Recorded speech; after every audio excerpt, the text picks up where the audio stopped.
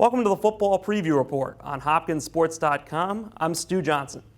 Well, the football team is hitting the second half of the 2011 season on a roll. They've won 10 straight games dating back to last year. They're 5-0 overall and 4-0 in conference to sit atop of the Centennial Conference, and they're number 15 in the country, and they welcome in Dickinson College to Homewood Field this Friday night, and we welcome in Hopkins head football coach Jim Margraf. And Coach, every team preaches the importance of next man up when it comes to injuries.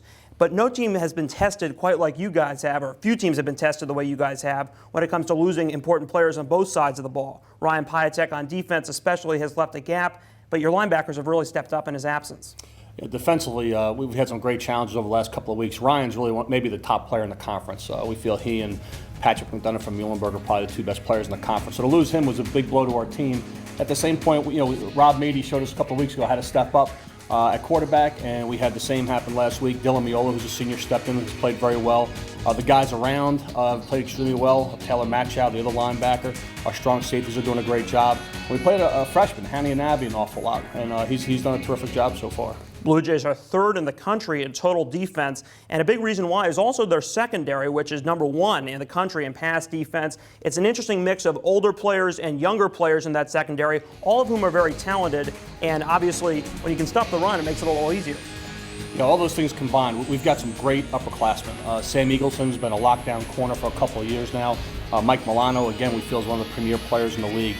Those two guys have given us a great deal of senior leadership in the secondary. Some injuries, though, necessitated one of our guys coming in, Ryan Rice, a freshman, who's played extremely well so far. So we're really pleased with what the secondary is doing.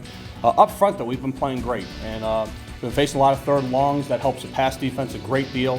The kids up front are doing a super job right now. Opponents are just 18% in terms of converting on third down, so that gives you a little bit of an idea of how well the Hopkins defense has played on first and second down.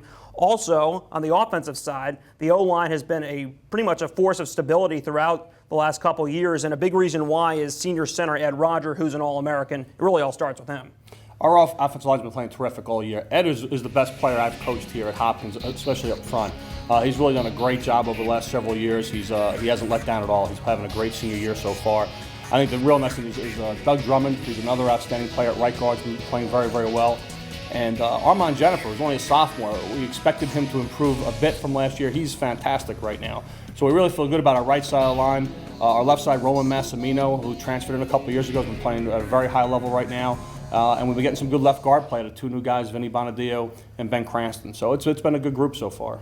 And you're taking on Dickinson this week, who's starting a freshman quarterback who has only one career start under his belt. Colin Nels took the start last week against Franklin and Marshall, led his team back from a 21-0 halftime deficit to actually win that game against the Diplomats 31-24. And when you're facing a quarterback who you haven't seen before, who you have probably limited information about, how does that alter your preparation?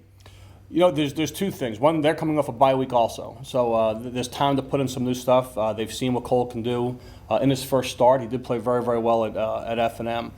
We expect to see a lot of triple option out of these guys. He's an explosive type runner. I think the best way maybe to attack our defense is not to block him. So I feel that they'll run a lot of options this week. We expect that out of Cole, but our guys are prepared for it. Hopkins will be taking on Dickinson this Friday night under the lights here at Homewood Field, and we'll have all the coverage for you right here on HopkinsSports.com. 7 o'clock start.